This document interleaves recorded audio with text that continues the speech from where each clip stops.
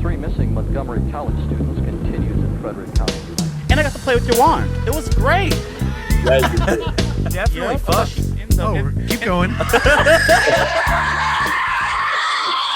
a pet peeve. Y'all don't have pet peeves? Yeah. Many. I hate it when people are bowling too. Me too. When there's a guest, just be bowling. Anyways, hey everybody, welcome to a new episode of Footage Foreplay. We're back for a new episode, and it's Thanksgiving week. Hell How yeah. y'all feeling? Hungry. Yes, I can't wait for me some turkey and some greens and some ham and some mac and cheese and some dressing. Gobble, gobble, motherfuckers. We about to eat. Yams. Yeah, everything. I'm sorry, I'm a fat bitch. I like to eat. So I can't wait for a plate. But we should start this off by saying what we're thankful for. So Oksana, what are you thankful for this season? Oh, I wasn't prepared for that. Where'd she go? Oh. I mean, always thankful for family, both chosen and assigned. Everyone, I feel like we're all really close knit and there for each other. So you gotta have that, I think. What are you, What you, Evan? What you thankful for? trying to win a pageant with that? I mean, I feel like I'm thankful for my kid and my family and my friends. But I'm also thankful for Uwe Boll, which I'll discuss later in this episode. Oh, that's your new bestie. Period. I think he stopped responding to him, so. I haven't actually talked to him. I haven't reached out to him in a while. Yeah, nobody believes that. Russell, what are you thankful for? I'm thankful for money, for privilege, for a platform, for drugs. I'm thankful for inequality and genre film. Got That's it. a lot of stuff. All right. Well, I'm thankful for this show, and we've been doing this for almost, 2 years, year and a half. This has been fun. I'm thankful that we all still here and alive, because a lot of people are getting, they're dropping like flies. Unalive. Murked. I'm thankful for coffee, because it gets me through all the hard times, and tequila. The other kind of hard Hell times. And I'm excited for, the future, and, I don't know. I know that was kind of like corny, but I just thought it would be something cool to throw you on the spot for. So, happy The Thanksgiving, listeners are everybody. thankful that we're done with that. Period. Okay, I see you trying to be funny, trying to be a comedian. I can't wait to this coffee table movie because I got some shit to say. But what's new? So, the movie that I did here with Charlie Steeds, shout out to Charlie Steeds, everybody. Snake Infestation. I happened to be just scrolling because I saw that there was like a poster for the third Snake movie, Snake Manor. Snake Creek is on Tubi, so y'all can go watch that one. This is the first one. I'm not in it, but y'all should go support. But the one that I did, Snake Infestation, I couldn't find anything on it, girl. So I happened to just scroll through where they had the trailers for the other Snake movies. And I was like, where's the one I'm at? It's like MIA. So I happened to just look and I saw a screenshot of like one of the characters in the movie, Mokai. Shout out to Chad. And I clicked it and they changed the title of the movie, y'all. It is called One Big Snake. And girl, there's the trailer. Yeah. Wait. Just... Don't say nothing. Why don't we just watch it? Okay, let's do it. Period. Beverly's mom gifted us this primo property. We thought it'd be nice to spend the summer fixing it up. Are you trying to ruin my life? We'll have fun. Put the gadgets down for once. What about the Wi-Fi? There kinda isn't any. We thought a digital detox would be good for you. Dad! What is it? There's somebody living here. You can't be in here. This is our house. What if we try to show this guy some kindness and he'll choose to leave Kindness? on his own? Somebody in your You and your house? family can't stay. You need to go. I'd be Right like, now. get the We fuck got an out. infestation. I love Chad. Big trouble.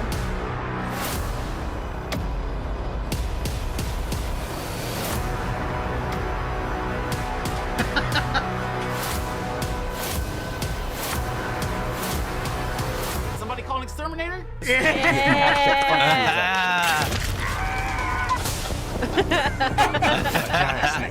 In the woods. We're telling you the truth.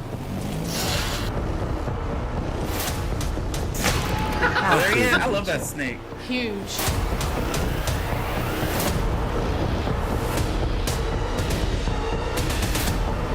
all the shenanigans. Watch. Look at me.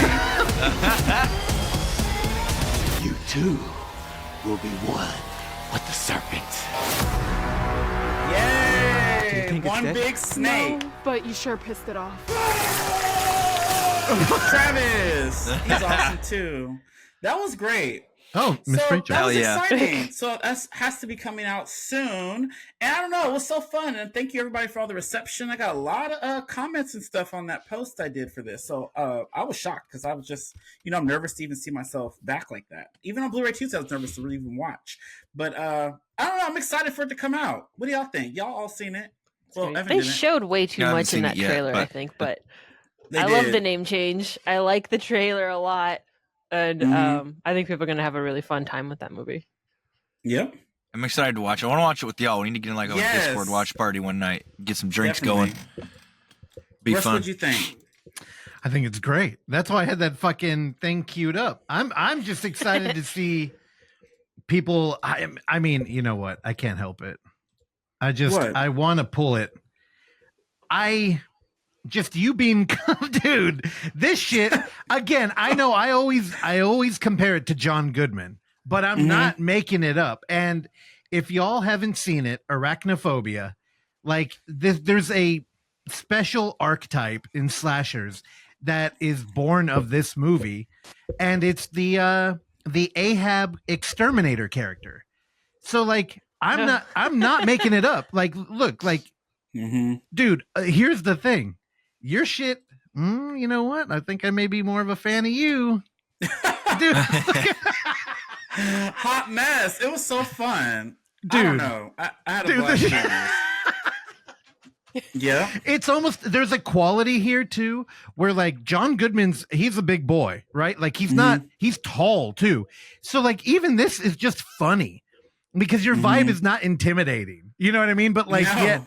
I don't know, dude. I'm so excited for people to get to see you in this. Hell yeah. Hopefully they like the rest of the movie too. Shout out to Charlie Yeah, for Steeds. sure. I love Charlie. Yes. We got to show that. And everybody, I want to dress up as that character and, it'll be Hell fun. yeah. Take pictures and all that good stuff. Tallahassee Majors, period. But yeah, that was like some excitement for this week. What else happened? Girl, I don't even know. It's like so much is going on. I got over a cold.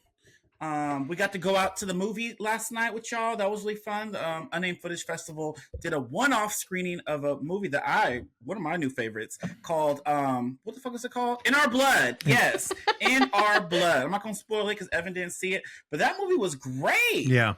Right? We saw it at the Hell yeah. 4-star theater. I love the theater be all nice and dark. You get to be just immersed. It's not no little weird lights on the floor that be like, oh, people walking by. No, it was none of that. It was just right in the front, focus. And it was good. It was loud. It was twisted. It was great main girl character. Her eyebrows were bugging me for a second, but I got used to it.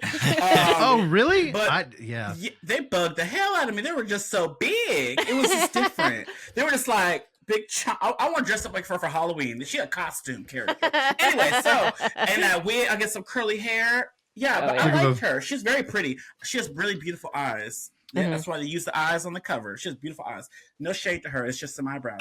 But thick I love eyebrows are this back, movie. I think. Yeah, I mean, it looked good on her, though. I will say. It was just, when I saw her up close on the screen, y'all, I kept looking at the eyebrows. All I could see is eyebrows. That's it. And besides that, y'all should check that out whenever it comes out. Should be on what's his name? VOD December 1st. Perfect. Pedro Yeah. Cost is the director of this. I reached out to him because we got to talk to him on the show. He didn't respond back, so I think y'all gonna have to do. Where Evan?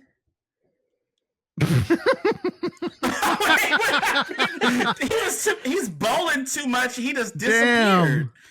Evan, where you go, girl? His mic ain't working No, now. we can't hear you. Oh Lord. He bowling too much. Yeah, that was a great screen. Oksana, the turnout was cool. It was a nice little screening. We stayed and chatted a little bit. It was like old times. What y'all think? Yeah, so for a one-off screening, I'm sorry to jump in here like that. I just want to say thank you to the 4-star theater out here. It was a really quick turnaround for us, and they put us in there at a good time. And thank you for everybody who came out. I know it was like quick, and it's Thanksgiving week, so most people aren't even in town. Yeah. But the ones, I mean, it was a fun screening, and Yep, I had fun. if you're gonna see this movie, don't wait too long because there's a lot of stuff that can be spoiled here. So just if you do watch it later, just don't try and read about it or anything. Just go into it. This may be unprofessional, but I hadn't seen the film before. Oksana and Evan vetted it, so I was like, good enough. Me and Terrell I vetted the first 25 minutes because I started it too late that night. But unfortunately, I went to Letterboxd last night and checked to see like just if people said anything about the screening. Well, I've seen people say anything about the screening that we hosted. Spoiled yourself. And I scrolled too far and I read too much and I do know how it ends now. I know what the twist is. Okay. Well, they didn't mark it as a spoiler review. Part of the movie. So because my mouth dropped. Ask Russell. Yeah. So again, the movie ends in a way. Whatever. Who gives a shit? Yeah. Don't read about it. Don't be like Evan. Don't go to Letterboxd and read reviews because there's some that should be spoiler marked and they're not. Here. And they're not. Ooh. People are heathens. Again, Evan is our cautionary tale of the show. Learn from his mistakes. Do not read about it. And again, me and Terrell hadn't seen it, which turned out to be a huge benefit. Like it was the best way to see it. And funny enough, I was like, well, I'll say this: it's a movie about family, and Thanksgiving's coming up, and it was a Thanksgiving. It's a fucking Thanksgiving movie. It's a Thanksgiving movie. Dinner, girl. There was some turkey in this movie. Damn it, I'm not gonna spoil it. But the turkey.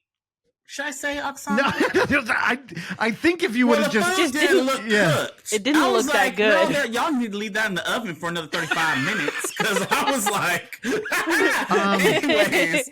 Hey, I love my mom, and I know she listens. Oh, by the way. Oh, your mom don't cook her turkey all the way through? Hold on, don't. I mean, if you ask my dad, he would say that. Here's the thing. Listen, nothing that man's saying, girl. Shout out to everybody who enjoyed my family's tale. Yeah, I was gonna say he'd also say that at a restaurant, huh? Here's the thing. My mother will play any podcast where I relay these stories, so I immediately got a call from him. Go, what the hell, you man? Did? Yeah, and he's not mad about it or anything. I'm like, what do you want? What did he say? He was just like, why are you characterizing me like that? I'm like, what do you mean? Like, what? That was very on brand of what he exactly. I wasn't shocked when y'all told the story. Yeah, so I just wanted to let people know that everybody seemed to enjoy the story. So, Dad, I hope you know that you're entertaining people from there you go. Clock that. You should have told him that. I did. Dad time with Russ shall return, huh? Yeah. Yeah. I threatened it as a regular segment, but he definitely could have a whole podcast just on his shenanigans. Period. Here, Terrell, you know what? I actually didn't. Oh God, this is gross. It's Thanksgiving. It's Thanksgiving, so I'm gonna share a little bit of it. Oksana, you don't. No, she's telling me no. Knows? Here's the thing. So one day, why'd she say no? Because you know what? We don't need it. I won't give you visuals, but here's the thing. If you want a little dad segment, one day, so first off, we're in 18 different group messages with my father. People will leave because they get annoyed that at 7 a.m. they will get 5 video links. You know how you have a friend that will send you like a reel or a short, and you're just like, half the time you probably ain't watching them. Well, my dad does that in 18 different text message groups with the whole family, extended family too. And one day I woke up and I'm like, oh God, I already have fucking 13 no mixed wonder texts. y'all don't answer my messages. Dude, it's the worst. They're probably buried with those. So one day they were all in one group and they were all pictures of his leg. Now here's the thing. He's got 2 legs. One of them looks completely normal. I would hope he has 2 legs. Well, one that it looks as expected. The other leg is, it looks like it came out of a Stuart Gordon film, as he has the most horrific varicose veins popping out of there. Terrell has no, God, I have pictures. And Oksana's saying no. It is horrific. I probably shouldn't even be talking about it. I know. Here's the thing. I was just going to say he's definitely going to be mad about this. No, but I would have left this out. You should have stopped when you were like, y'all told me think this off screen. Here's the thing. Camera. I have enough. We could make a whole separate podcast about dealing with I'll just bleep out. Taking my joke. I just said that. I'll just bleep out varicose veins and people won't know what the fuck we're saying about his leg. What's a varicose vein anyways? I don't even know what that is. Google it. Are they like popping out Google it. out of his body? Yep. Yeah. So is they're it like slithering like body snatches? Kind of. It's very Cronenberg. What's that one? Squirm. It's a little bit like Squirm. I'm definitely bleeping it But out they're now. not The bit's gonna be moving. way better. So here's the thing. My father, like most men, they do not make regular trips to the doctor until they're about like 1 foot in the grave. And so I had a conversation with him, and he's like, I already got an appointment, right? So I'm like, immediately, I'm his like, leg blue and green? I'll send you a photo. Go ahead, share one with him. No, because I'm gonna spit out my coffee and you know what? Don't do it, because I need to drink this. And, so basically, it's not like life-threatening or anything. And I guess what they do is they just inject something into the veins and they shrink. Really? Yeah, that's what I heard. That's it. That's all. Just get a little shitty shit shot. That's actually the technical term. Yeah, you've got to get a little shitty shit shot. So yeah, again, you know what? Here, this is a good segment. Because people reached out, somebody else reached out, and Oksana has a return segment that we barely ever use. I wish I had some good theme music for it, but we still have a subscription to Suno if you want. I know, yeah, I should make up like a sumo wrestler. Well, here, Evan, get ready with a verbal sound effect because it's time. Donkey Kong over there. The mailman has arrived, and it's time to read some email. Message. Is it from? You might as well got Blue's Clues, because this is not it. We're Blue's Clues. Good. We're keeping it. Was that a Blue's Clues thing? No. I don't know. No, that's from. Might as well have got Blue's Clues. That's from Don't Be a Menace to South Central while drinking your juice in the hood. No, it wasn't. It you is don't know too. About that movie. There's a mailman, and there's like a symbolic thing they say, and it cuts to him, and he goes, "Message." Okay. I'll take your word for Terrell. it. Terrell's like, oh, he might be telling the truth, so I don't want to push it. Well, we got an email.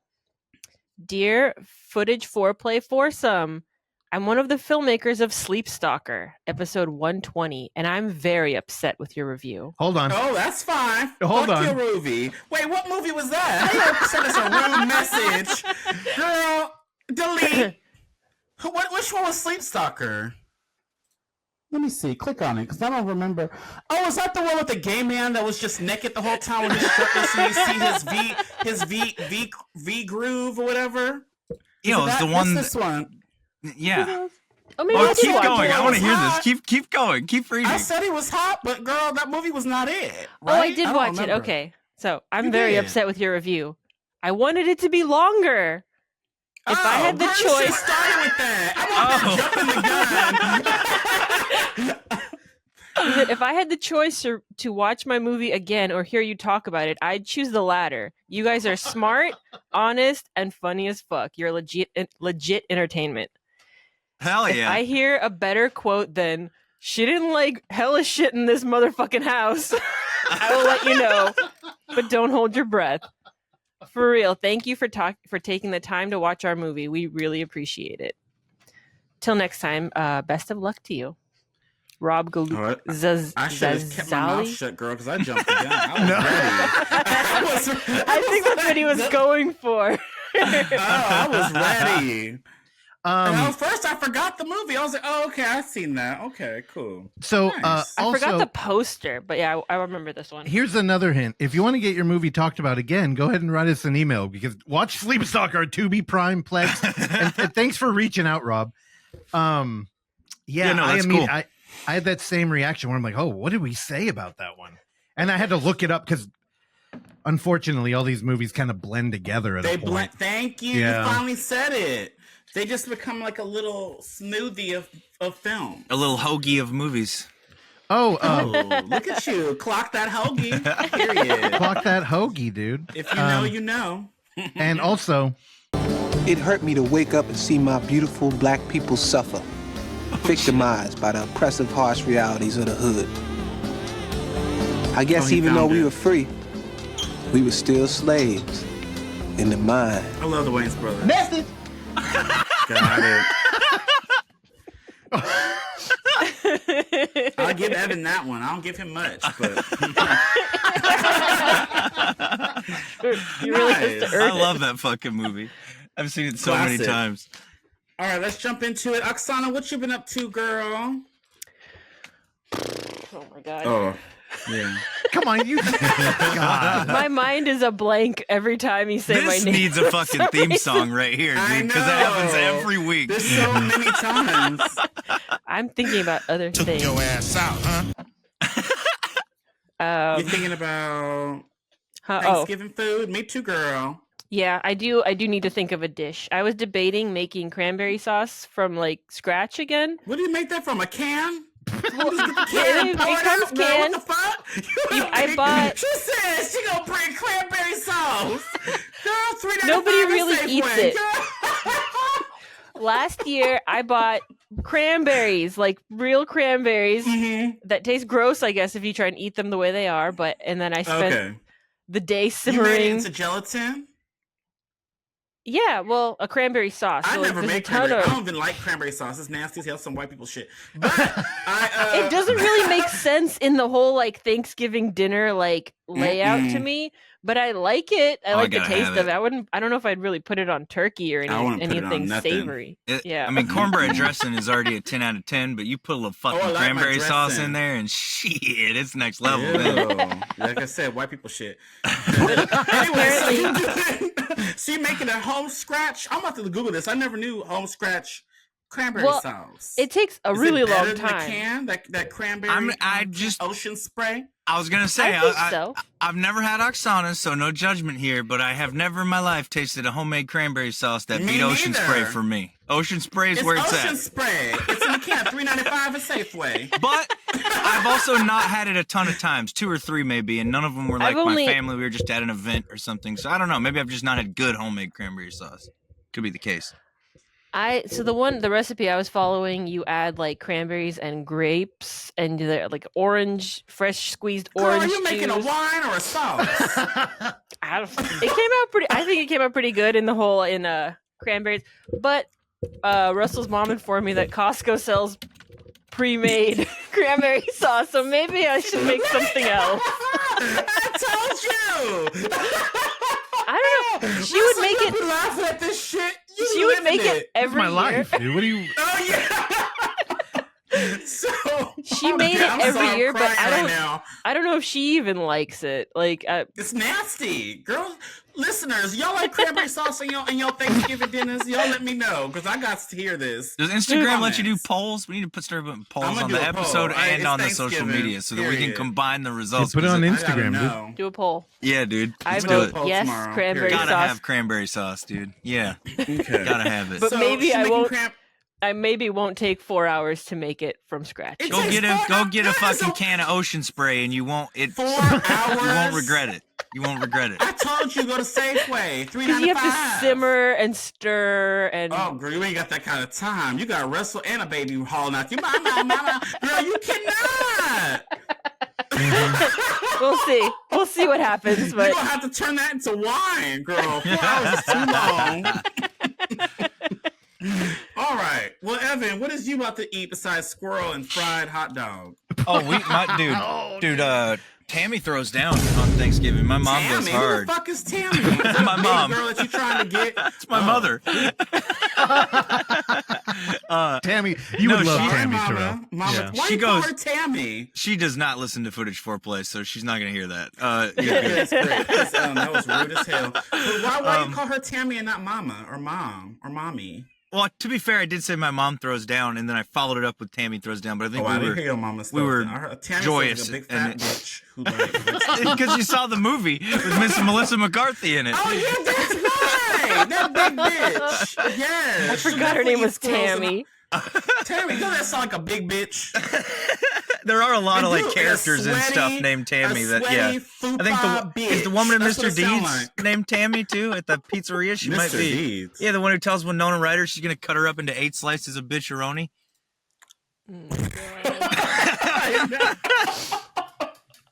Okay, I ain't never heard. Oh yeah, that's Tammy. Yeah. Okay, cool. Oh, I'm so sorry, Mama Tammy girl. I hope she don't ever hear this. She gonna hate me.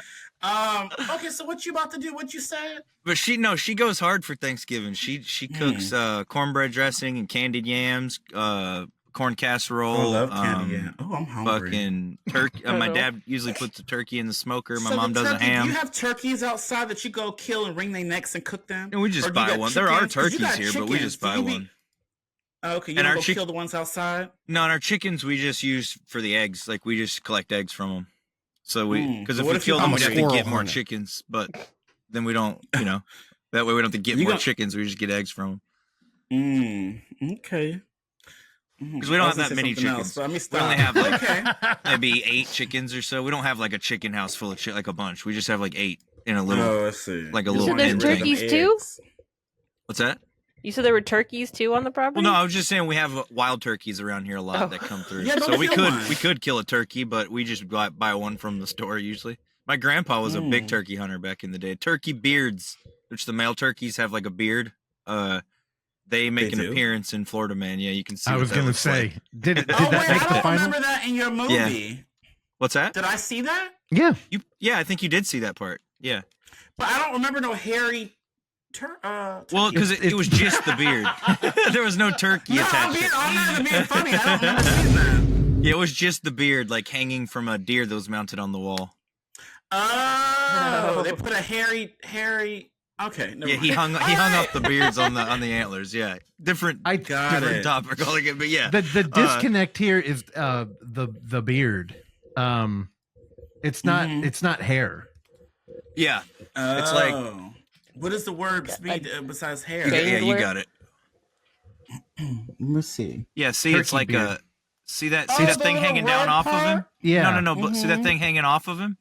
Yeah. No, the hair. It is like the hair part. That like string of hair hanging off of them is their beard.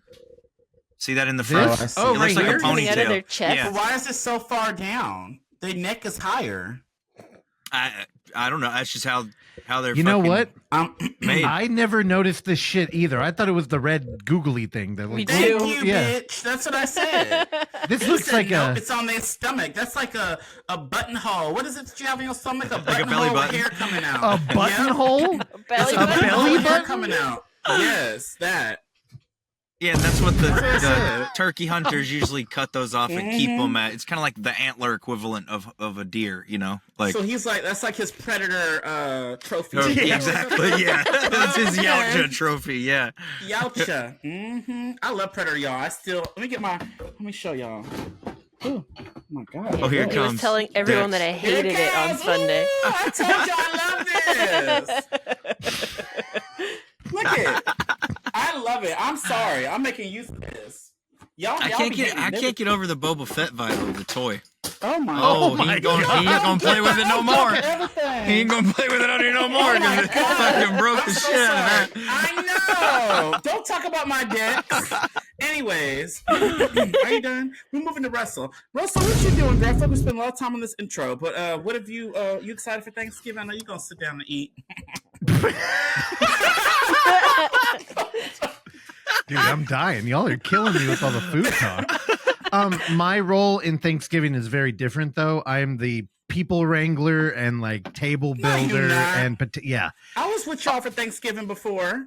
Yeah, I'm the organizer there, and especially now that we do it at our house, like people come over here. You guys are doing it at your house now? Yeah, I've never been to those. Oh, yeah, okay. You're going to be at your parents', right? Yeah. Probably. When do you go down there? Wednesday. So you're work Wednesday. I'm heading straight to Vallejo, and tight. Yeah, getting ready same for thing. Thanksgiving. We're just gonna be housing everybody, little kids and stuff. So I just try and run around and make I don't know. It's gonna be fun. I'm looking forward to it. Last year was pretty good. I mean, I'm sure if you listen to this show, my dad used to be kind of a handful. I don't know why, but he's mellowed out at these. You say that every 3 months. He's saving some face right now for that fucking. Stay tuned. He's trying to make sure because the veins. What do you say about the blue veins? Oh, coming dude. Out? You want to see a picture? I could. No, you don't. I mean, it's Cronenbergian. We'll just say that. Yeah, but, I don't even like him, so you know that. How dare you? But yeah, other than that, just cooking stuff. I feel like virtual is such a work event for us that afterwards we always kind of dip, and especially going in the holidays. So I'm just trying to get Twitch rolling. We got a lot of work to do on that and stuff like that. So I don't know. And cramming movies, dude, with another hole in the head, which, you know what? Let me go ahead and just plug that right now. December 5th, if you're out here in the Bay Area, come out to the Balboa. He's stacked We got a great lineup. And if you're listening to this episode, the next 4 Thursday ones, I think, are all interviews with filmmakers whose films are showing there. So if you listen to those and like any of them, come support them. Yeah, but it's going to be great. And we're going to do our best to be out for a lot of it. So come hang out. But yeah, that's kind of eating a lot of time just checking those out, especially more for the interview. I'm not worried. If we go there, I'll watch whatever. So yeah. Terrell, you already talked, or are you going to do one? I want to see that Well, you've one. been- Is it Foul What do you mean, Evil I started? Deeds? I want to see I that started movie. everything. Foul What's up, Evil Evan? Deeds. This is one they're showing at Another Hole in the Head. I really want to see that shit. It looks pretty wild. Yeah, I'm not familiar with that one. There's a few. We kind of when I was cutting the trailer, I kept an eye out for stuff that I thought would like kind of fit this show and that we would like. So those are the ones I've been hyper focused on. The other ones are all going to be good surprises. But I mean, if you've checked out that trailer, there's a lot of bangers in there. So everything from like Influencers, which is like a Shudder movie. Well, I can't wait. Yep, it's going to be the final see Film that. Fest appearance, to like The Jar, which is a film from the 80s, which hopefully we'll be having one of the actors on to talk about how he got it into Another Hole in the Head, which is the whole story. Do you know the story? Yeah, but I'll save it for that because it's kind of, it's a little bit much. Other than that, this is the first time we haven't made an official announcement yet, but UF9, we have our dates. So 2026 at the end of March, it'll be March 24th through the 29th. That again will be a Tuesday through a Sunday.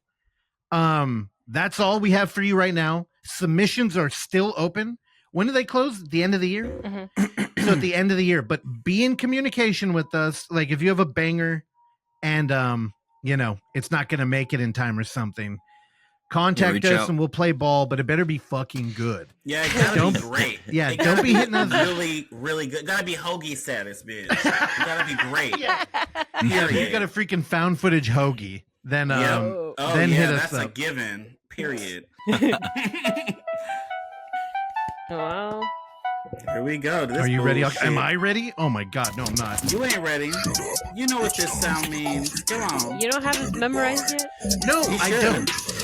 Oksana did. Okay, Oksana, go ahead. You know what that No. music means? It's time for the coffee table. I forgot Oh, you did it before. because I missed a part. No, you didn't. The game, No, you game where didn't. our sponsor, OnlyFoundFootageFans, plays a complicated game that results in us watching and reviewing an in-world camera movie. Last week we watched 119.mp4. A stand-up comedian's writing retreat turns out to be haunted. Now, we haven't talked about this. There's a reason. I'm gonna go ahead and jump in here the first time. I really like this movie, so y'all go ahead and have fun, and then I'm gonna come turn it. I really did. There's Yeah. no way in Oh my hell. god. There is no way on this God's green earth Yep. that you like this movie. I did There's a lot. no way. So you know what? Are Let me you go ahead. fucking serious? So, This I'm movie not does even- a whole lot of nothing happens for one. This big bitch in here thinks she funny. She gives Evan is an all-star compared to this bitch. And she on her little Instagram live talking to her one fan who is shading her. Look at this, and then it ends with that. That's the ending where she poke herself in the eyeball. This is horrible. You like So- this movie? I'm he not cut me joking at off. all. And this is why I wanted to jump in here first. Y'all could actually, maybe I should do it after. Yeah, go ahead. Terrell, Evan, did you have tell him more? why this is a bad movie? I mean, even the ghost threw in the towel like halfway in, dude. Girl, all he was doing was throwing towels out the bathroom door. She's like, oh, she's in a haunted hotel. Don't apparently. spoil The it. guy's like, Now, don't spoil it. Well, I already spoiled the movie. Anybody watching this bullshit? Anyway, so there's a ghost. They may, that's because throwing I'll go ahead. I'll even offer, hey, submit it. I would show this at virtual.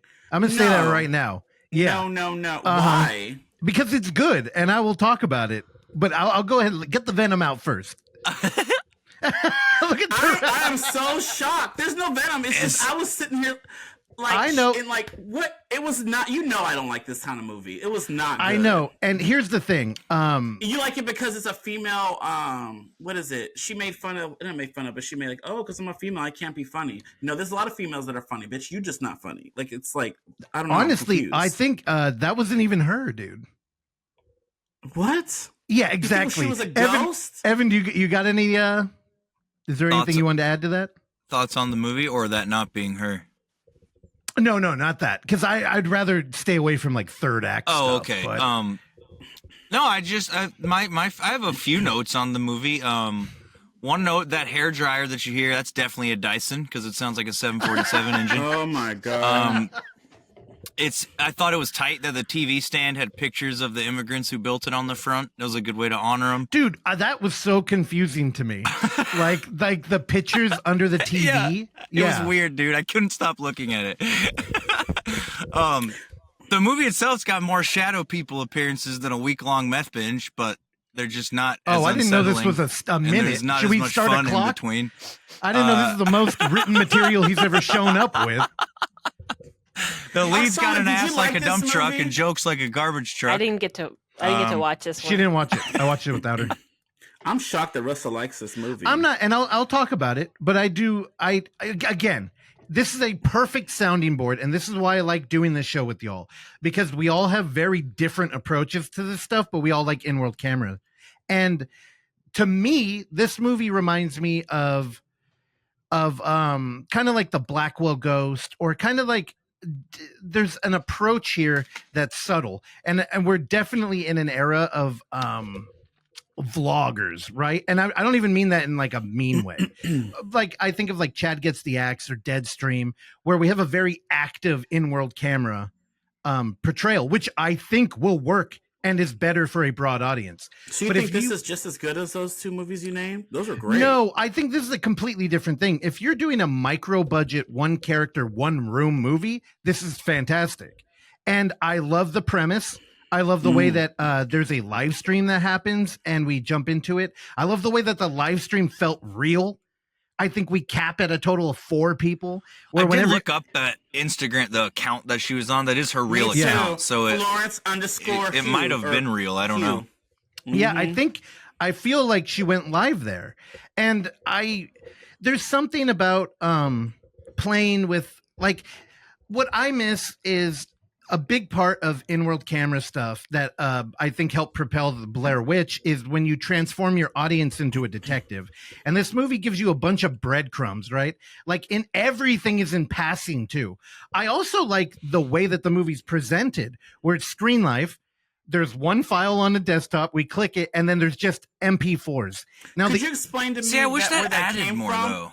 Yeah, because it just showed at the beginning and at the end when they deleted it. Could you explain that part to me? Well, no, because I think I'll talk to you about it after, but I think part of the movie that is fun while we are looking at one person in one room with one camera angle is just unpacking that, because we always return to it. Also, I think there was something fun about like predicting the file, because you could look at the megabytes, which were changing. Did that weird anybody else out? The longest file on there. Oh yeah. The file size kept changing, and I don't mean like in between takes. I mean like in the moment. And I'm like, is that? Oh, like I didn't notice that. Yeah, dude. And I was like, I was looking all that. Is it because it's haunted or something? But anyway, every time we click into one and we play it, you could see the timer on the video. Right. So you knew how long that was going to be. Yeah, and you could almost see like 3-act structure is what we do with film, so you can kind of tell what beats are going to happen at what point in the movie. But in this one, you could actively participate in that, and a lot of the time you're like, well, are they fucking with me here, or like is something different going to happen?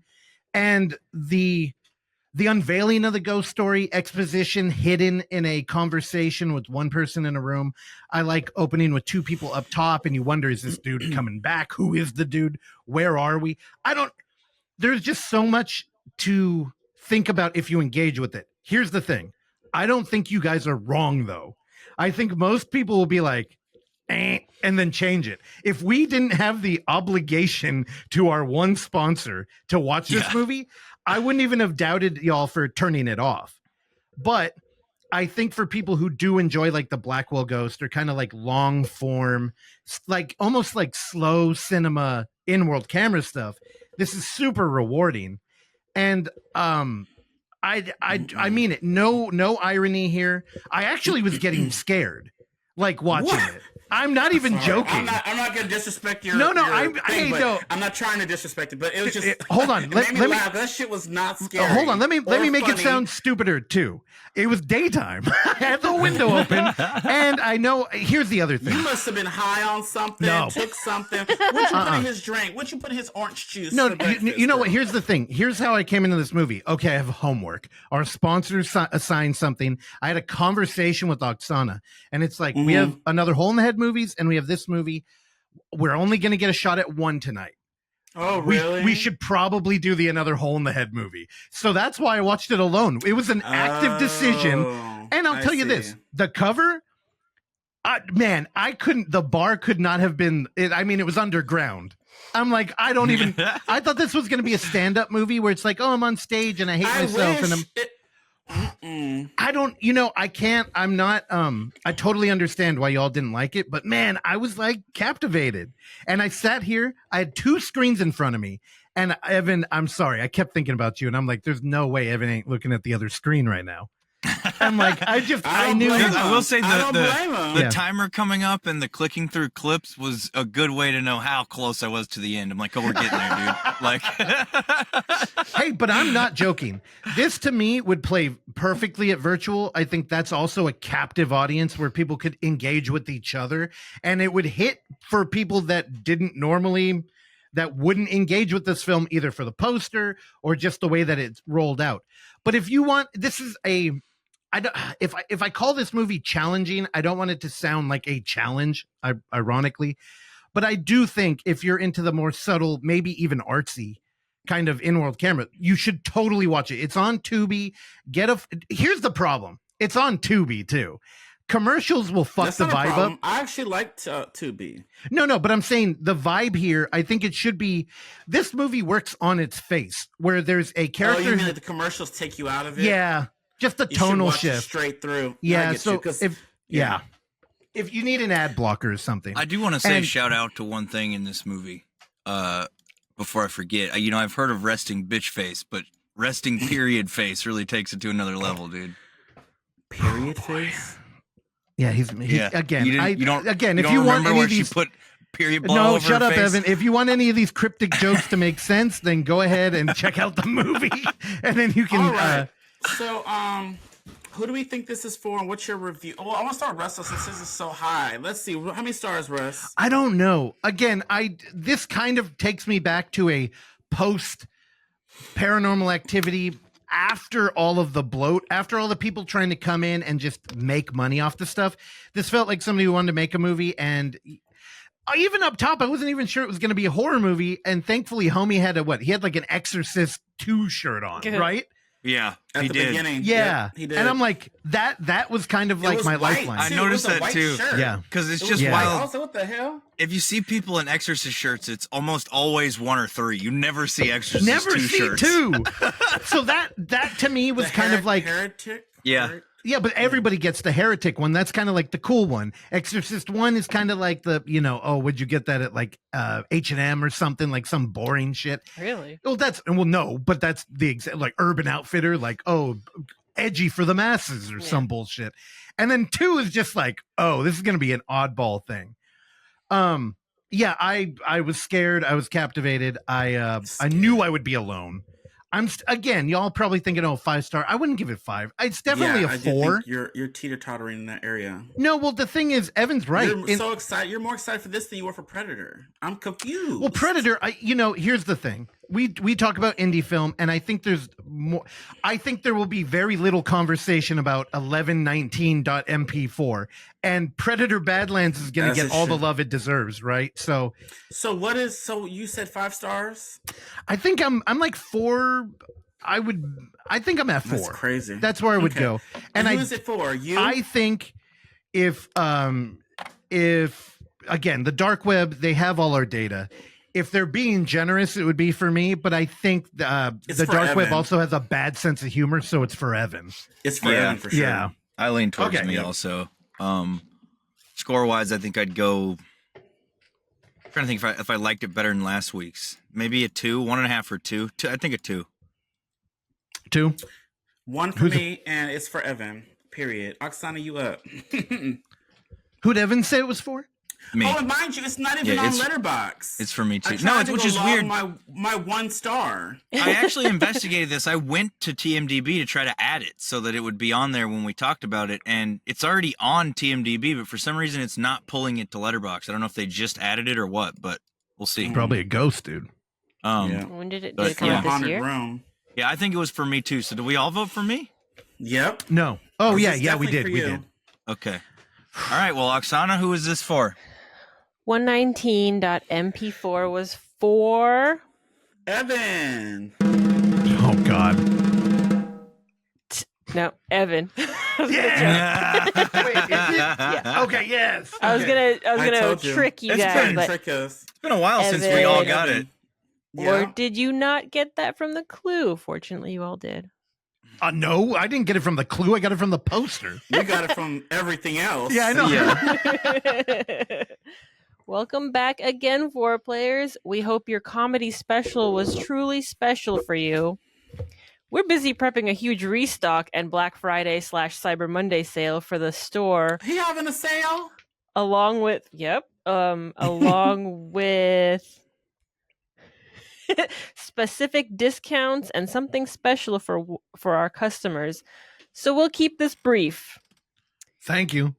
You'll be continuing That's on what I'm thankful for. Sorry. For a brief OnlyFoundFootage. You'll be continuing on the new path this week and choose thank from you. the remaining 3 movie choices from last week's clues.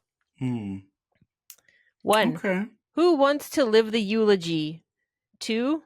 Rather catch a virus? Or 3. Studying isn't always traumatic like this. I'm I leaning have towards no the idea. eulogy here. Terrell? Mm-mm.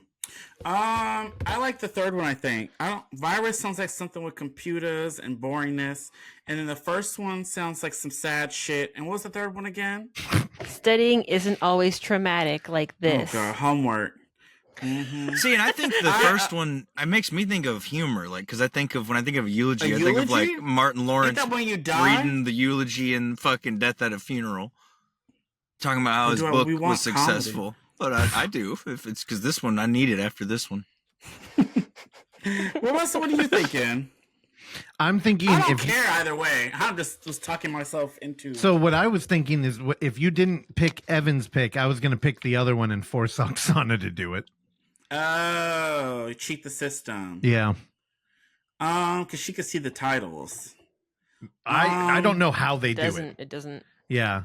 matter. I just wanted to blame her next week. I don't care. I could So pick one if you eulogy, guys want. homework, or a virus. The virus sounds the worst. Virus might be an STD. You'd be into that. No, it ain't that. It ain't that. Or it's something zombie. I don't want to see that in zombies, girl. It's Thanksgiving. I want to enjoy my weekend, not worry about zombies eating people. I'm trying to eat my turkey. I don't try to worry about those damn zombies. You could be an eat along kind of thing. Eat along, dude. Especially That's thinking fun. about her Oksana's cranberry sauce. No. So I think we should do. well, I don't know. I like number 3. I'm gonna stick with that. What you said, number 1. So, Russ, if you want to cheat the system, do number 2. Okay. Yep. He's gonna fucking we don't like it when we do that. Dark Web's gonna punish us for that. We're fucked now. You think so? Oh yeah. It's a smart First we'll move. get a dad joke and then we'll get a fucking Because she could see punishment. the titles, so she could be like, okay, this one sounds good and help us. Yeah, Russell, you smart. Come on now. Number 2. Oksana, you picking. Oh, I'm conflicted. Just pick. Okay, we're gonna Pick go a with good one. number 1. All right, Evan. Okay. The comedy about a eulogy. Let's see. Fucking What is it idiot. You gotta called? stop smoking, you it. Okay. He What is bowling, it? girl. The Decedent. DECEDENT. It's on Tubi. It's on Tubi. All right, 2025. There's actually Chuck no yelled How do about you this one the spell other that? day. DECEDENT. I got it, Terrell. I'm pulling it up right now. Okay. Here we go. Oh, it's Andrew Bowser. Fuck! Well, what does that mean? I don't know who that is. I'm the goat man. Oh no. Oh, Oksana, can we? No. Why did you pick this? Oh my God. Why? Oksana, why did you pick this one? Fuck being fat. How about fuck comic books and fuck superheroes? I'm the goat man. Yeah. I've seen this cover. Oh no. I didn't see this cover, girl. I'm excited, dude. A young mortician is confronted by a supernatural force while working on the body of a recently deceased serial killer. Let's see. This is going to be a hot mess express. Oh, he plays Duncan in this. He plays Duncan, write and and look direct at his this? face. Yeah, he did. Look at his face. I'm the goat It always man. looks like that. Fuck being fat.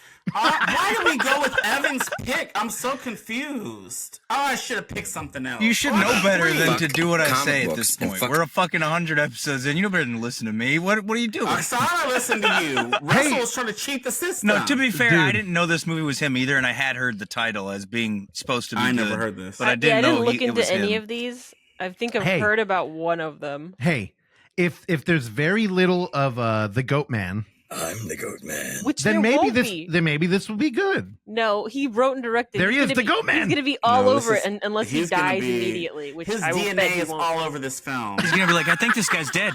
I don't know. He wrote, directed, I don't know. and he's starring in it. Wait, hold on, Evan, do more. Something's wrong with her face. I think. I don't know. You should be admitted like him. Oh my! I don't know. You know, I mean it.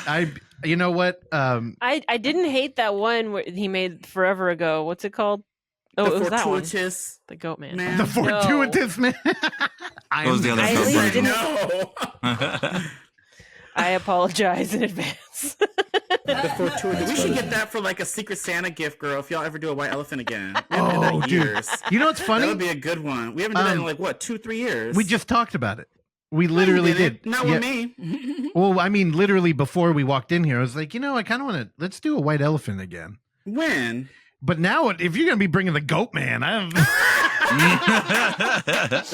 won't love it. 5 stars. 5 stars. Bitch. Blair Witch I'm motherfucker. dead.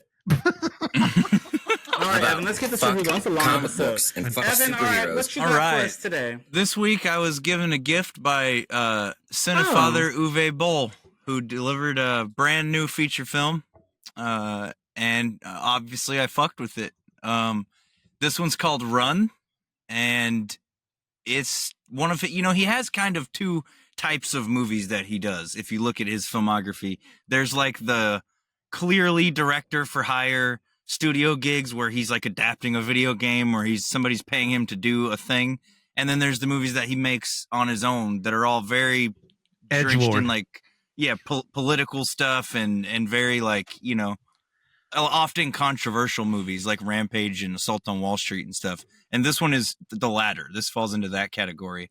Although I will say, dude, I feel like Uwe's new movies, First Shift on Paramount Plus and this, both like shot way better and color graded really well. Like, it feels like Uwe's back and he's leveled up his game, you know? And I liked this. It's the description reads: a group of desperate migrants reach the Italian coast after a perilous Mediterranean journey, impacting locals and tourists in a small coastal town.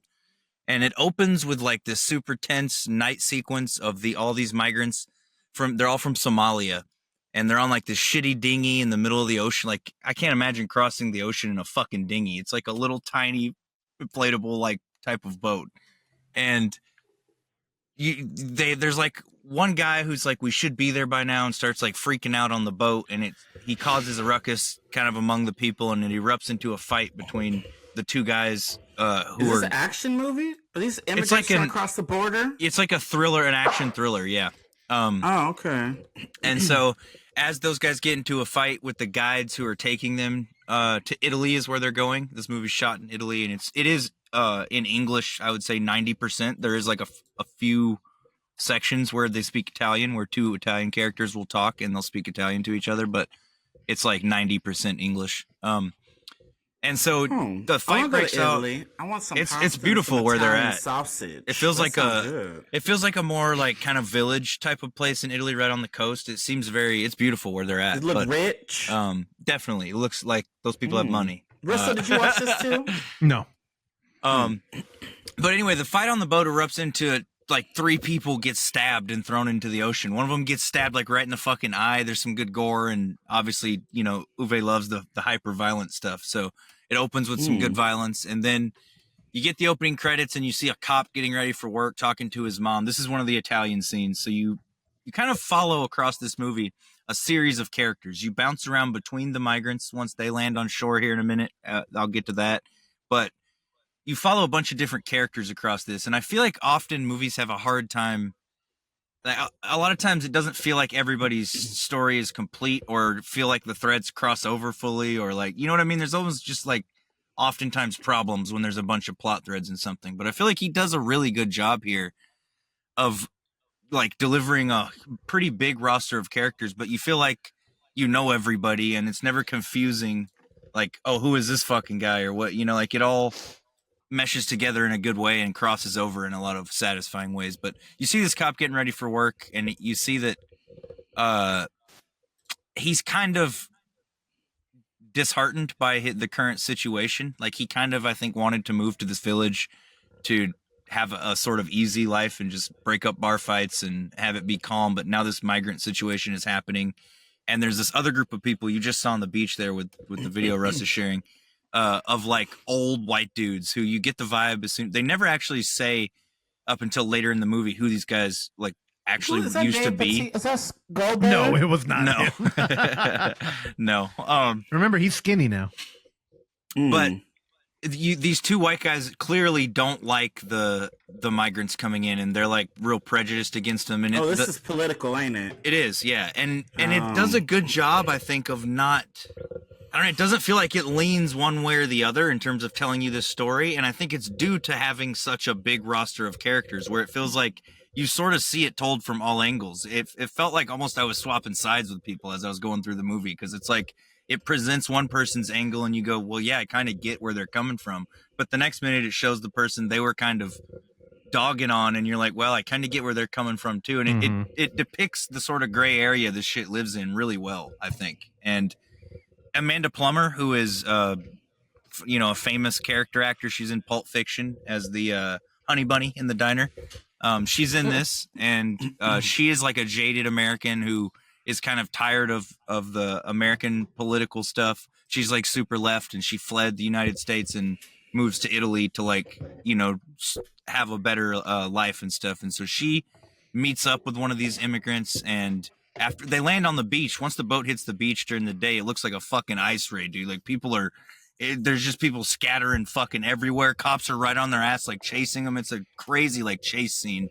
And then one of the refugees is pregnant, and so Amanda Plummer finds her in a bush, and she brings her back to her apartment. She pretends she's her friend who's there on vacation with her, and like tries to help her, you know, and get her to like safety, because she's trying to meet her brother who immigrated there several years prior.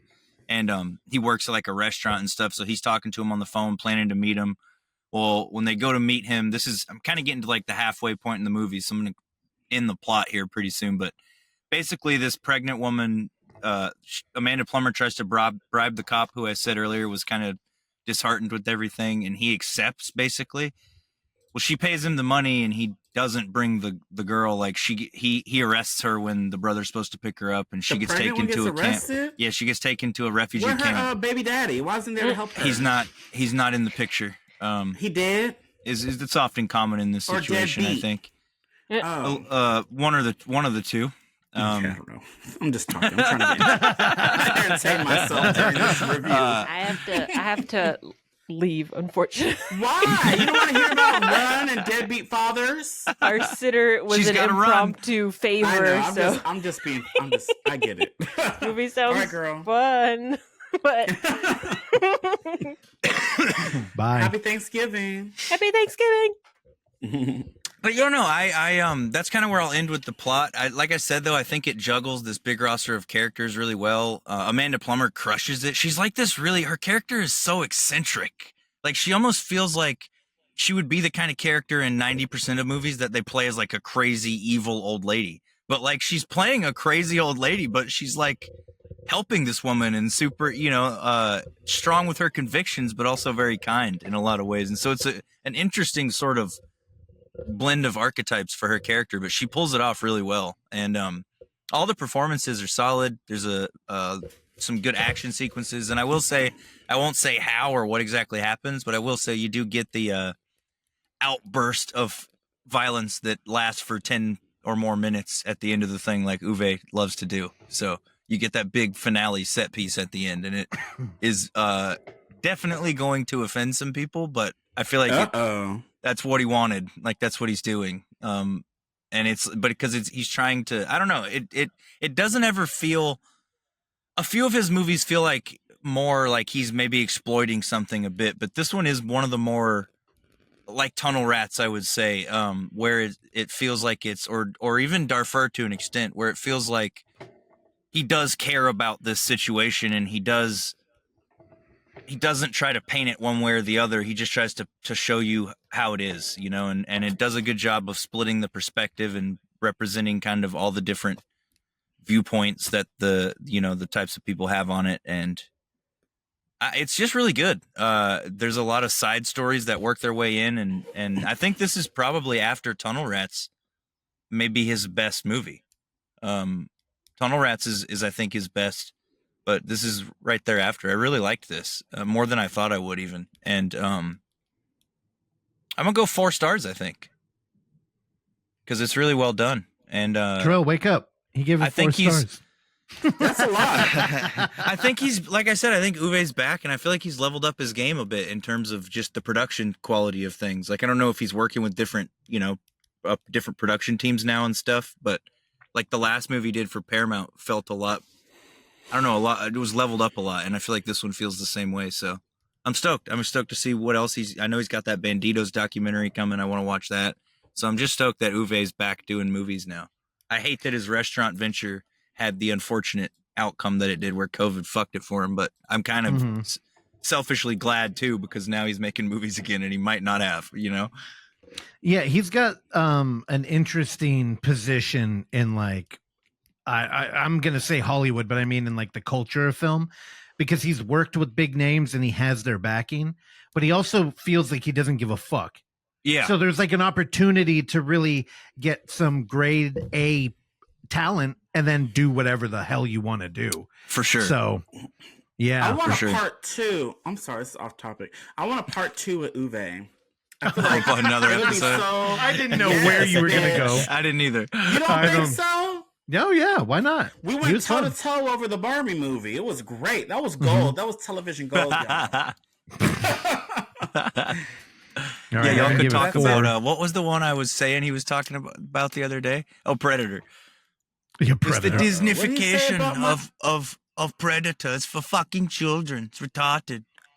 He's not wrong, but it's good. It's fucking Predator Badlands rules. Yeah, I don't think he'd actually seen it when he was saying that yet, but I don't know if he's seen it now or not. He probably did watch it. He watches his spine out. He does watch a ton of like I see him posting about going to see. He goes and sees almost everything that comes out. You stalk the fuck out of that man. I just follow him on Instagram, so I see his shit. Every picture I see that he posts, I see Evan's face smiling. I always do. Which, it's probably because that's why the algorithm recommended it to you, is because I liked it. So that's why you're seeing you liked it, yeah. Right, that's what I'm saying. I always see your face. So that's probably why everyone you see I liked, because that's why the algorithm fed it to you. You know what I mean? Oh, okay. I get what you're saying. But I do see that. It just be really funny. I hit like 2, but dude, I love that guy. He's fucking great. I love that, like Russell said, he just doesn't give a fuck. Like, you can ask him about anything and he'll tell you how he feels about it, Yeah, no, I was too. That was I was really excited for that, and I like his work. When we did the episode together, wasn't I? Yeah, I was at your house. I had shots with you, and you were just so nervous. Yeah, you would be too if you knew who he was. I knew who that man was. I was like, okay, girl, let's go up to this interview, girl. You were like, why are you nervous? I'm like, fool, this motherfucker is like prolific. And he tried to explain to me, listeners, he tried to explain to me how prolific this man was and him fighting and boxing people. And I was like, okay. I was like, had a Google search him. I seen Blood Rain. Okay.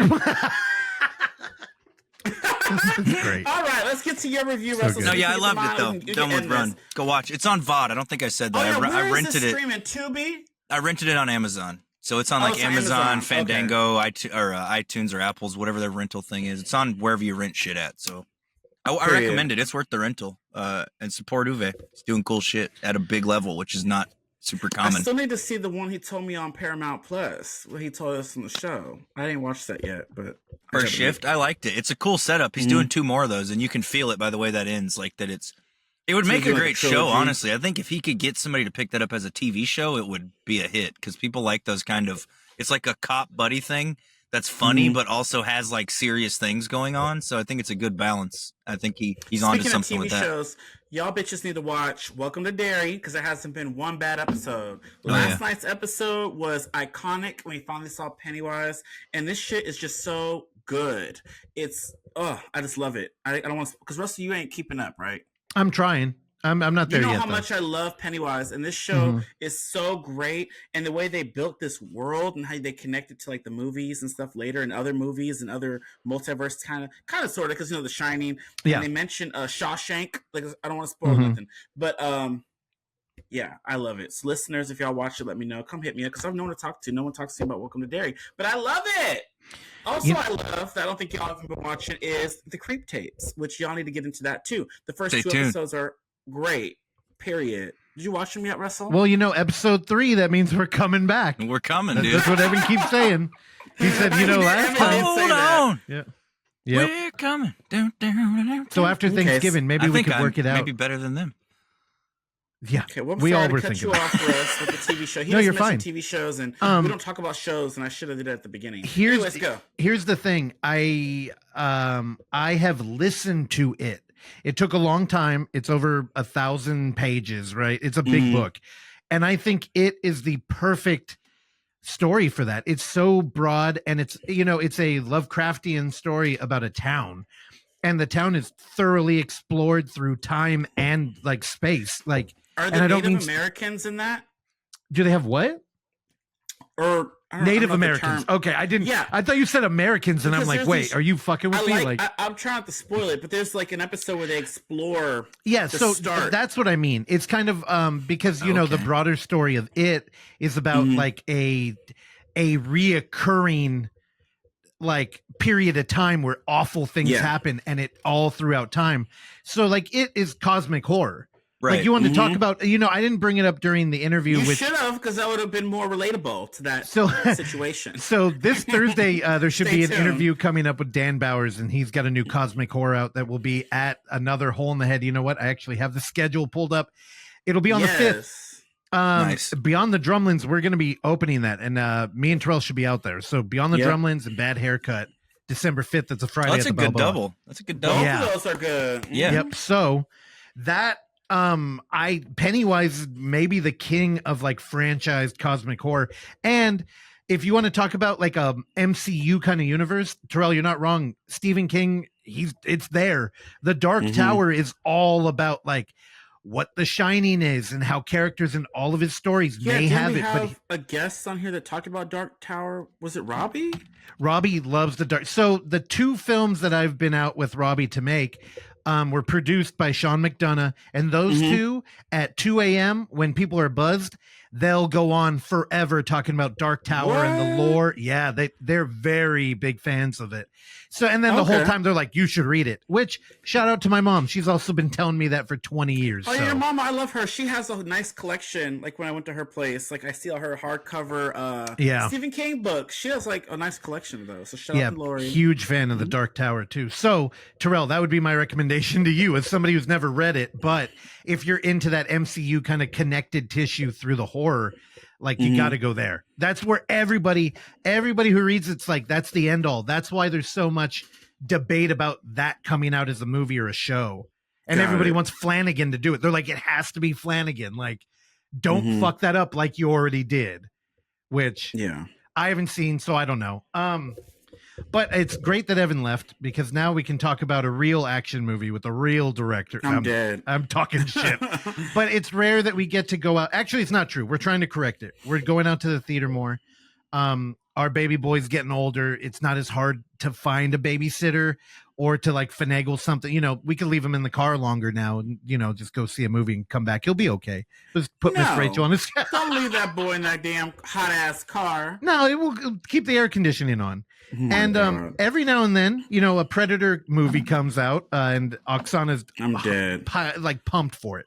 Well, there was another action movie that had a sequel come out that she was pumped for, which is Sisu Road to Revenge. Hell yeah. Let me get the... I don't know why I didn't just have that ready.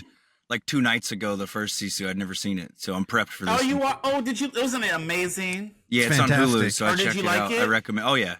It feels like if he didn't, he needs to go get some testosterone injection. He needs to get something checked because that movie. This one's great too. If I not better. I told my friend Drew it feels like a comic book movie that I like. Because it's okay, shut up. Sisu Road to Revenge. A man returns to dismantle his family's house where they were murdered in war to rebuild it elsewhere. When the killer, a Red Army commander, tracks him down, a brutal cross-country pursuit begins. Here's the thing. I went in, I hadn't seen a trailer or anything. I didn't give a fuck. The first Sisu is kind of we're in an era now where like the toxic male crying is kind of gone. I mentioned this with Predator Badlands, and we're getting back to like the stoic, brooding warrior stories. What are you talking about? He was emotional. You fool! The story. This isn't about a guy who's like, I hate that I'm born a dude, and I'm gonna try and be better, and I'm gonna hug, and now I'm gonna be Fat Thor, and you know what? I'm a joke, and I shut the fuck up. Yeah, I hate that shit. Funny. Shut up. But I haven't seen any of that. Man, I wasn't laughing. I was crying. Russell loves Thor. Comedy and tragedy. For me, it was a tragedy. A little bit at your house. You whatever. Disrespecting the heritage of Vikings and shit. Fuck off, MCU. You know what? How about fuck comic books and fuck superheroes? Yeah, I'm a bigger fan of the BMCU personally. Okay, we're not BMCU. Don't ask. Why would you ask him? All right, what's the BMCU? I don't know what the fuck that is. The Benson and Moorhead cinematic universe. Okay. Oh, girl. Okay, so Sisu. I like Benson. Which one is the one I like, Russ? You remember? It's Benson. That dude's a fucking... Here's the thing. There's two. It's not the skinny one. That's a handsome fella. Well, there's skinny, but it's the one with more. Sisu is kind of a grimmer John Wick franchise where John Wick, Keanu Reeves, you know what? I mean, he's like a handsome dude doing stuff. He's well dressed. He wears a tux. Sisu is not that. He's fucked up. He's the immortal. He can't die. He's just brutalized. Like this is the epic, stoic. I've lost everything, including my family that was butchered via shovel in their home. Oh, and girl, that guess was what? brutal. It's brutal. And this movie, again, not to make it real, but I couldn't stop thinking about fucking Russia and Ukraine in here, because as right now we're in like a territory dispute and we're like living through it. Where in this movie, you know, in the original we have Nazis and gold, and it was very genre, very comic book, like Evan said. Where in this one, it's after the war. And it's settled. And on the Finnish border, they've lost territory. Well, part of that territory was his home, where he lost his family. So he goes back over the border. Again, it's peacetime. The war is done. He drives back legally. He shows them a passport. Everybody's like, what the fuck, that dude? And they're not like scared. They're kind of like, man, fuck that dude. So he drives back. He's got a big ass truck. He goes home. And we do the kind of traditional walk. It's a visual exposition. Think Rear Window at the beginning. We're learning backstory through our eyes. And it's beautiful. And it's fucked up. It's very Gladiator. Like, you know, it's a return to that. Like, oh, my fucking family's dead. Except there's no war to fight. So he's here and it's kind of like, what are you going to do? Move in with your dog? And I didn't know the synopsis. Hey, I like the dog. I do too, but... I didn't expect him to start dismantling the literal house. He literally breaks the house down board by board and puts it on his truck. So like you get these kind of like standout B-roll shots, like a picture of his family with his boys. He goes in and there's a doorway and he's touching the marks where his kid was growing and they're marking it. And then, you know, he literally, like we see in the dashboard, he's got the picture up there and then lumber. Because he's literally pulling the whole house back across. Well, he doesn't know, but some salty generals that survived they've put out an order to go reclaim the guy that murdered his family. Now this, Evan, you'll appreciate this. It's one of the beautiful kind of like Cell Block 99, just like genre moments where they go and without knowing anything about this character, we're just in a prison, in a cell where there's a dude who's not sitting on the floor. He's kind of hunched over. He's shackled up. He's in tattered rags. It's raining. Like there's no ceiling in his cell. And because it's wet, you can't really sit on the floor. So he's just crouched down.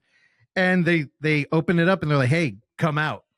And it's got that Snake Plissken kind of holy shit, who's this dude? And you know, the people there are like, this is your fucking problem. You killed this guy's family and you created a legend and everybody knows him. And they're like, right now, we're gonna let you go, but you need to kill him. You need to end the legend. And if you do it, you'll do it and become rich. And it's like, okay, now we know the movie we're in. So it kind of takes a turn into fucking Fury Road because we have this big truck with the house. Like I didn't think of that. That's right? very, very true. Right. And it's like, normally it's like a locket or something, like some memento that you're trying to get home. But this is like, it's a fucking house. So he's kind of tethered to lumber in this movie. Yeah. And, you know, he gets pulled over and he's like, what is this shit? And they're showing a dude in a shadowy car and there are guards coming out. And they're all getting their guns. And he's just like, what the fuck? And then from that moment on, we're off. And half of the movie. It's nonstop action. Nonstop. And he is so smart. This man is extremely, you know, I watch little action movies here and there. Like, you know, I have to be in the mood for this shit. But yeah, but he is so smart in the way he like takes down his foes or the villains or whatever, right? You notice that? Even the first one, you see a little bit of that, but this one, he really goes. It was like the mine where he throws the mine in the first one. That was smart. Yeah, I'm from just the like, smoke. how does he think of this stuff? Well, right? The thing is, you know, he does benefit from like maybe the worst case of plot armor ever. I mean, to the point, it's the thing the kids say. So I'm sure Evan knows. Evan, do you want to explain it to him? Yeah, it's where like the story has to have him there, so it's not going to let him die because then the story's over. So yeah, so you know he's literally the immortal. So and it is the main character. Exactly. That's what I'm saying. Like, we're in like Rambo 2. He's mowing down people with the machine gun, but they can't seem to hit him. This movie is like we already know. Which is why Rambo 1's the best, because in that movie you're not sure if that guy's gonna get killed or not, you know? Exactly. And in this one, he is like undead. He's getting fucked up the whole time, and you don't know if he's gonna die or not. And I thought he was many times. Yeah. I'm sorry. There's a few times where you're like, so there's no way. Yep. It's an elevation. I do think it is a leveled up version of that 80s action. And again, we're back to like a not pretty dude just being fucking, he's dirty the whole movie. And that also feeds into the Fury Road vibe where most of this movie is taking place on some sort of vehicle. And there's a lot of that in part one. There's a lot of vehicle action and I like it a lot. Planes, trains, and automobiles, dude. Like we're everywhere as he's trying to get his house across the border. It's like the most absurd premise, but God damn it, I wanted him to make it. I was rooting for it. They feel like they have like a Tommy Wirkola sort of vibe to him. Like who's Tommy Wirkola? He did like I believe Troll Hunters, the in-world camera. Okay. I know you've probably seen that. He's done a lot of other shit that I can't reference right now. I need to look him up. But I get what you're saying. There's like an aesthetic sharedness there where like they kind of look the same, but I would say the vibe is so different. This movie's so grim and gruff, and this one in particular is pretty bleak. He didn't do. I'm sorry, he didn't do Troll Hunters. He did Dead Snow, and he did Dead Snow 1 and 2. Dead and Snow. And that's Violent way Night. more comedy leaning. Hey, I like Dead Snow. Me too. I have those on Blu-ray. Dead Snow 2 is fantastic. Just the situational humor is what reminds me of those. Whereas a lot of the comedy in those movies is pretty situational, and so is it in the first Sisu at least, where like it's funny when he throws that mine out of the thing and it hits the guy's face, and then they run over him and blow up. I'm glad you said that because this movie, although it is grim and brutal and unrelenting, there is blatant comedy. There are moments where it's just funny, and you're laughing with the film. So you know what? Yeah, I take it back. You are right. Again, like Terrell said, the villain here, the guy who is imprisoned and the scariest person in the movie.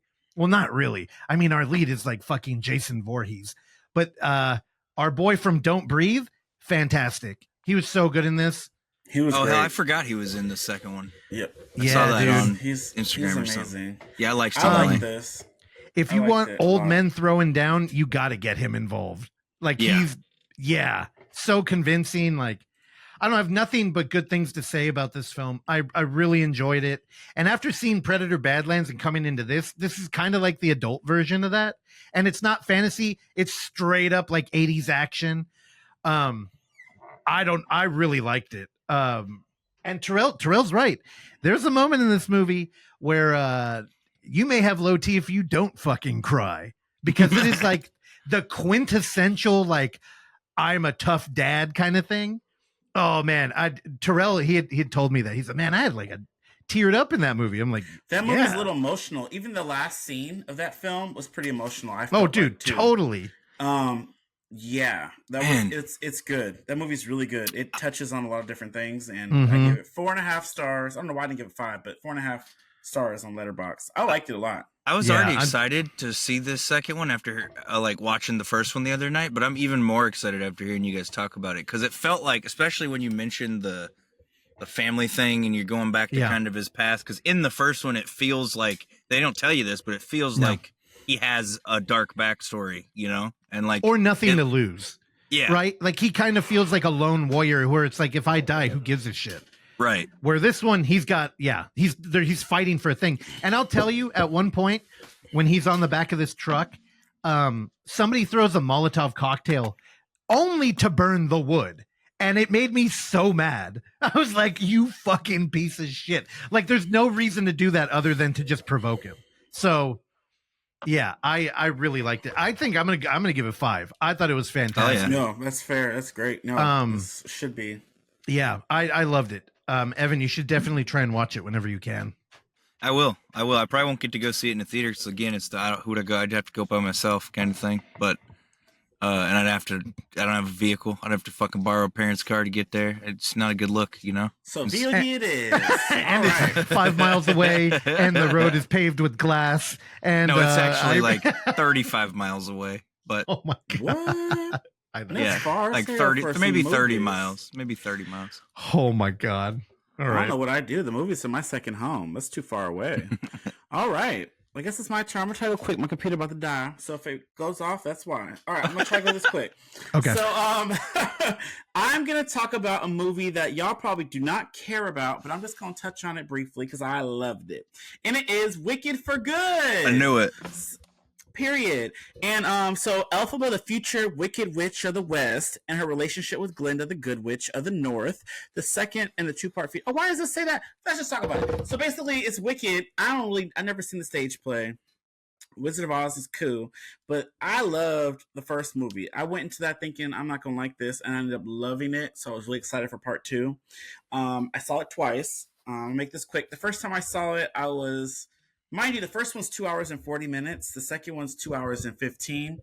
Tell me why the second one felt longer to me. I feel like it was too much talking. It was just a lot going on. And certain key moments I feel like they rushed through, and a lot of moments that you didn't need to be that long were drawn out. So I was kind of like thrown off by that. Are these are musicals, right? Yeah, so the music was cool. The first time I was just like, are they like traditional musicals where they like burst out into song and sing like the story kind of, or are they more like okay. Yeah, it's that. Yep. Okay. So like the musical stage play, but they put it in movie form, and then the songs relate to what's happening in the scenes. So so part 2 is basically about, because the first one ended with Elphaba finding out the wizard ain't who he seems, and Madame Marble and him painted out her. They tricked her into turning monkeys with wings and shit, and they painted her to be this evil person. She wants to like prove in this next one that the wizard is fake, and she's trying to tell the truth. She keeps doing all this good things for people in this new movie, but it backfires for her. So she has a song called No Good Deed. Basically, she's talking about how she does all this good stuff, and it always goes punished. No deed goes unpunished. And it's kind of sad. But I love Elphaba, and I feel bad for her. The whole first movie, you feel bad for her. And then this one, she's trying to like prove herself. It's kind of cool how you see like the little intertwined Wizard of Oz shit because Dorothy comes and you got the Bach character who turned into Tin Man, and you got the Fierro who stole our color scheme with Glinda Fierro, and then mind you, I'll just talk about the shit that was crazy in this movie. I liked it. I saw it the first time, gave it 4.5. The second time it was 5 because I loved it. I watched it the next time in Dolby, and I was just immersed. Like I knew what was going to happen, so I just wanted to watch it for little things, and I actually liked it a lot more. So I liked it. I liked both the girls' storylines. Like it's mostly about like Glinda. It's kind of like a Glinda movie. The first half was like about Elphaba coming into her own. The second half was about Glinda trying to become the good. The whole first half of the movie, she's talking about, oh, I'm gonna be good. Like good this, good that. I'm Glinda the good. And that's all she kept saying was good. She wanted to trademark good, and she wasn't really a good person. Like the fucking Madame Marble made that tornado and made Dorothy's house fall on that one dumbass bitch who I'll get to. And she took the shoes off the sister and gave it to Dorothy and told her to go talk to the wizard, knowing the wizard wasn't going to help her. And why are you going to take a dead girl's shoes? And Elphaba, that's Elphaba's sister. Like she calls herself Glinda the Good. Like she gave herself that nickname. Why would you? If you get to make your own nickname up, why wouldn't you use great instead of good? Because they want her to be good and the other one's the evil. They turned, you know how people. It's like politics and kind of sort of like in a way. Anyways, so Glinda.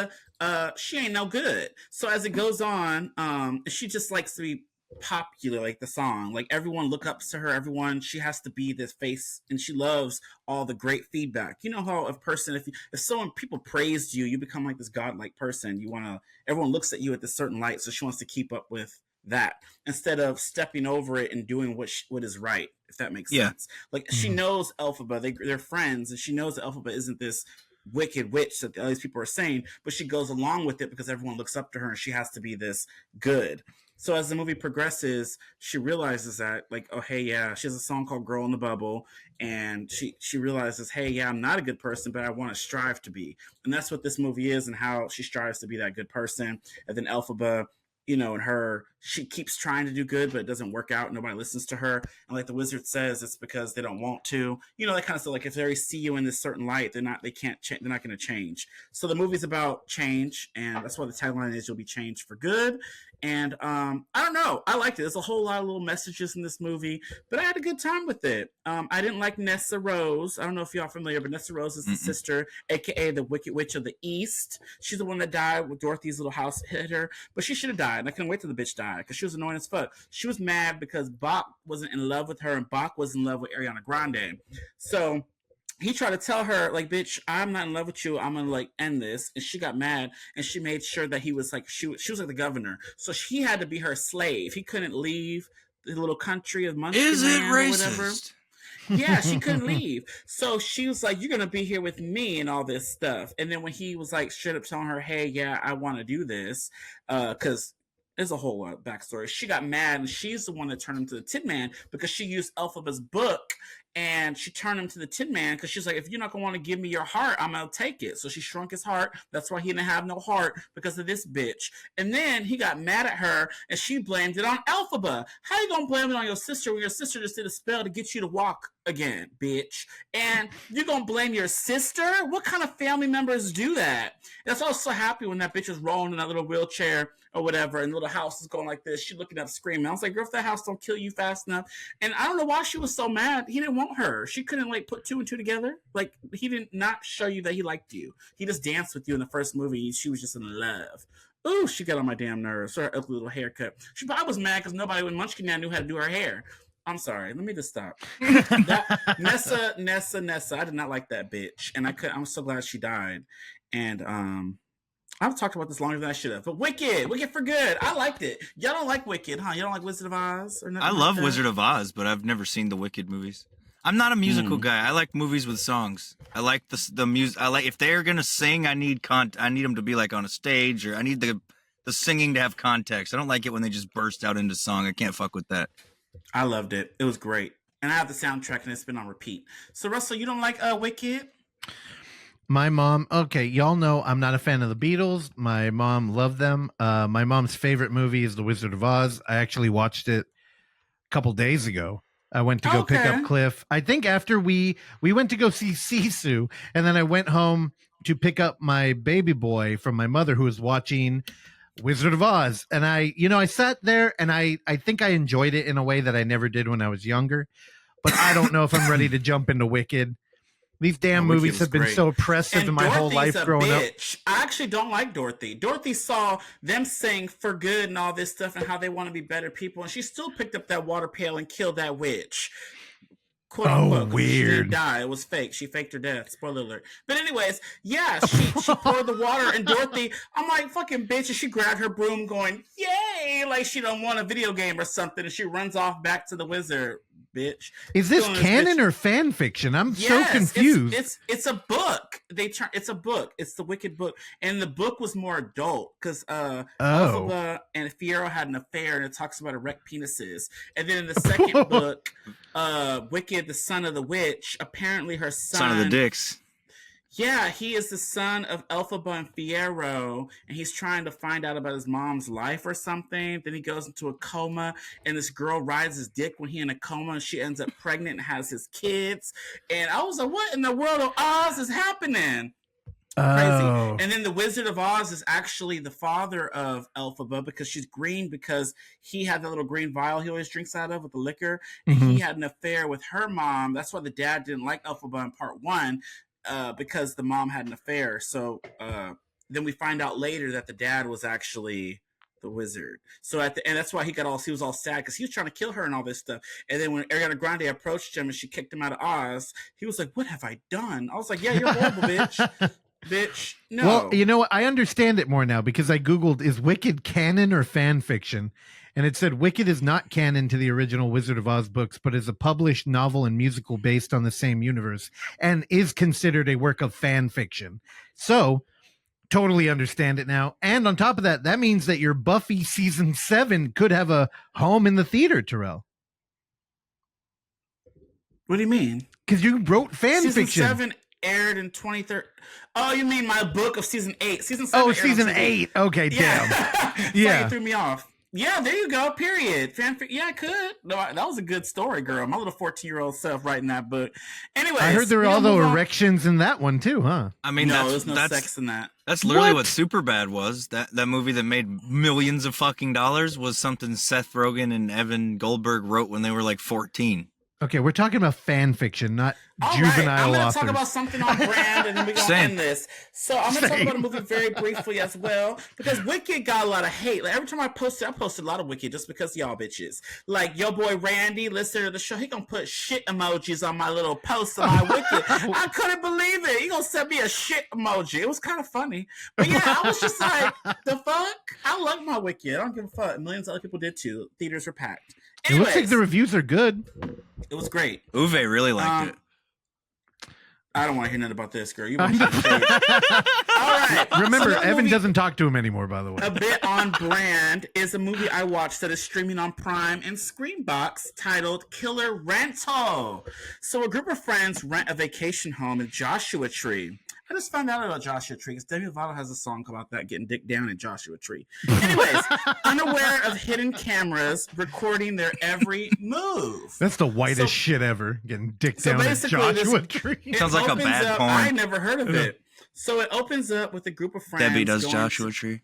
Oh my God. A group of friends going to this cabin or whatever, and they're all hanging out. One guy's on the shitter. I think he's an influencer. He has millions of followers. I looked him up. This dude, he's taking a shit, and the other girl's screaming out, like, hurry up, we gotta watch a movie, but there's no TV.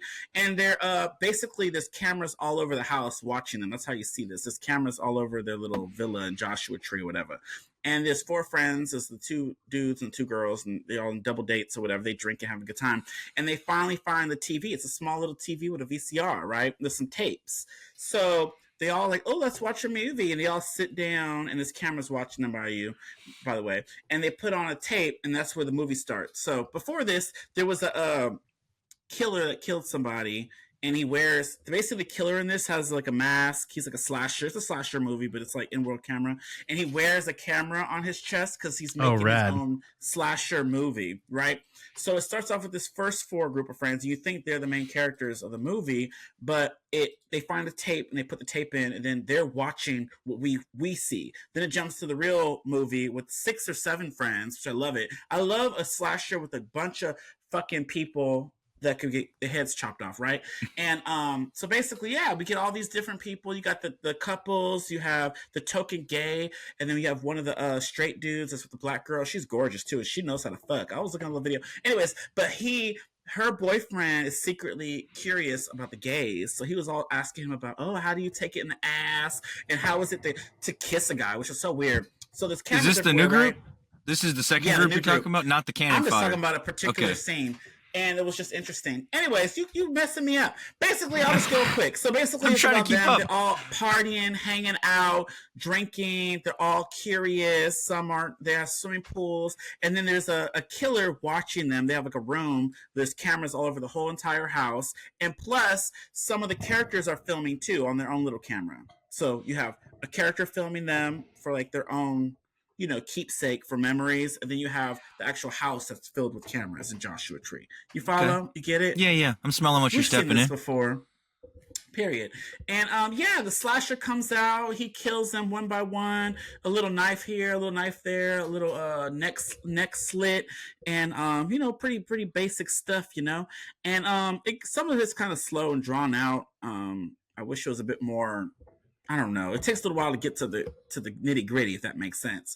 You have a little chase scene here and there. They all get chopped the fuck up, and then you learn about these characters a little bit. You don't learn about the killer too much, which is kind of, I don't know. I don't know if it's a good or a bad thing. Some people are like, oh, why are they doing this? Bitch, it's more scary when you don't know, right? So then, I don't want to try to spoil the ending.